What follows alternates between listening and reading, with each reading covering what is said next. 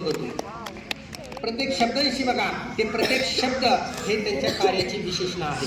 मैलाचा दगड तू, परिवर्तनाचा वाटसरू तू, सत्यशोधक समाजवादी तू, इतिहासाचा शिल्पकार तू, कष्टकऱ्यांचा श्वास तू, श्रमिकांचा पुजारी तू, धर्माचा पाईक तू, लोकजीवनाचं लालित्य तू, जखमेवरील खपली तू.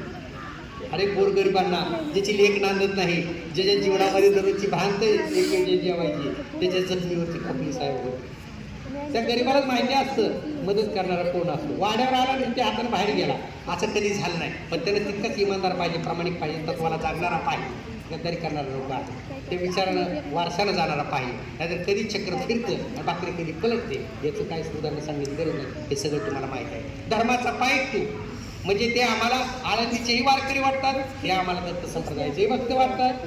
आता सांगायला खूप एक एक पदर आहेत, त्यांच्या जीवनाचे वेगवेगळे कंगोरे आहेत, पण वेळ काळाची मर्यादा पाहून थोडक्यामध्ये घेतो आहे. जखमेवरील खपली तू, राबणाऱ्याचा देव तू, शेतकऱ्याचा कथनकार तू, सर्वसामान्यांचा आवाज, कार्यकर्त्यांचा प्राण तू, लोकशाहीचा आदर्श तू, संघर्ष गाथेचा रचनाकार तू, विजयश्रींचा दीपस्तंभ.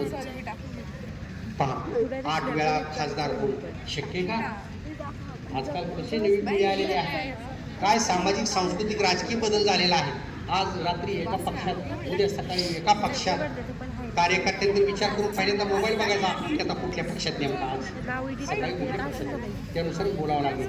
इतकी अविश्वसनीयता आहे, सभोवताली भयावह परिस्थिती आहे. भाई इथलं संपत नाही, अगदी जीव मुठीत ठेवून जगावं लागतं आहे. प्रत्येक पाऊल हा काटकोना त्रिकोणामध्ये कसा टाकावा याचा विचार करावा लागतो आहे. म्हणून या भयावह परिस्थितीमध्ये हे विचार आपल्याला मार्गक्रम करत असतात. साहेब, सहकाराच्या मातीतून तुम्ही अनेक घडविल्या यशवंत व्यक्ती म्हणून साहेबांचे हे कार्य आजही आपल्याला समोर उभा राहता आहे. मी जाता जाता